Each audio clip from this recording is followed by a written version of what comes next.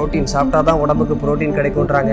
தாவர உணவு முறையிலேயே உடம்பை கட்டுமஸ்தாக கொண்டு வர முடியும், ரொம்ப ஸ்ட்ராங்காக இருக்க முடியும், ரொம்ப வலுவாக இருக்க முடியும், ஸ்டாமினா நல்லாயிருக்கும், என்டியூரன்ஸ் நல்லாயிருக்கும் அப்படிங்கிற ஒரு விஷயத்தை ஆழமாக நிரூபித்து அது மாதிரியும் வாழ்ந்து காட்டிகிட்டு இருக்கக்கூடிய ஒரு சிறப்பு நபரோட தான் இன்றைக்கி நம்மளோட நேர்காணல் இருக்க போகுது.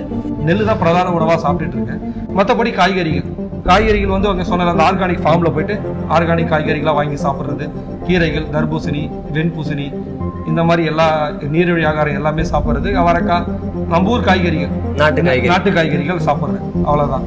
மற்றபடி முடிஞ்ச 6 மணிக்கு மேலே தேவையில்லாத உணவுகளை எடுக்கிறது இல்லை. தானிய உணவுகளை கம்மி பண்ணி. எவ்வளோ வாட்டி சாப்பிட்றீங்க தானிய உணவு ஒரு நாளைக்கு? ஒரு வேளை தான். ஒரு நாளைக்கு ஒரே வேளை தான் தானிய உணவு.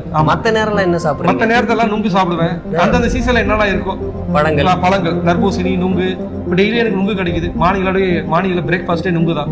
ஒரு 8:30 9 o'clock நுங்கு சாப்பிட்டேன்னா அதை முடிச்சுட்டு அதோட ஒரு 12 o'clock லஞ்சை முடிச்சுட்டு நல்லா ஒரு தூக்கத்தை போட்டு ஜிம்முக்கு வந்து நல்லா ஹெவியாக ஒர்க் அவுட் பண்ணி முடிச்சுட்டு வீட்டுக்கு போயிட்டு இந்த மாதிரி வாழைப்பழம் கூட வந்து வேர்க்கல்ல இது மாதிரி சாப்பிட்றது.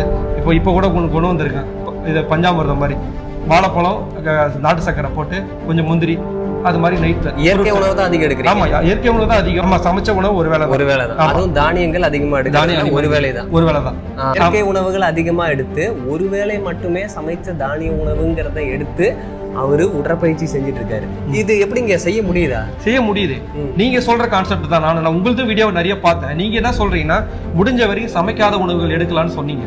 இப்ப நான் அதை உணர்ந்தது வந்து, இப்ப நான் சொல்ற உணவுல வந்து ஒரு உணவு எக்ஸ்ட்ரா, அது என்னன்னா அரிசி மட்டும்.